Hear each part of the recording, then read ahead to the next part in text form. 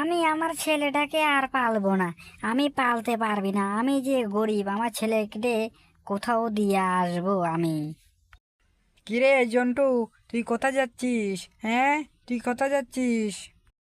আর বলো না বাবা, আমার যে অভাব, আমি আমার ছেলেকে আর পালতে পারছি না। তার জন্য ঝুড়ির উপরে দেখতে পাচ্ছ না আমার ছেলে আছে, আমার ছেলেকে আমি আরে কোথাও দিয়ে আসবো। আমি কি করব, আমি পালতে আর পারছি না, আমার খুবই অভাব, বুঝতে পেরেছ? ওরে পাগল, তুই এটা তো বিরাট বড় ভুল করেছিস। তোর মাথার উপরে যে ছেলেটা স্বয়ং বাবা মহাদেবের ভক্ত, বুঝতে পেরেছিস? আমি এটা চোখে দেখতে পাচ্ছিস। তুই তাড়াতাড়ি এটা না করে তাড়াতাড়ি তোর ছেলেকে তাড়াতাড়ি বাড়িতে গিয়ে মানুষ কর।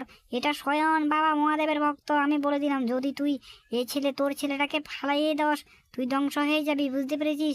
তাড়াতাড়ি বাড়ি যা, বাড়ি যা। পাগল কোথাকার, রাস্তা বাড়ি যা। আরে ঋষি মশাই কি বললো রে? আমার ছেলে নাকি ঠাকুরের ভক্ত, বাবা মহাদেবের ভক্ত।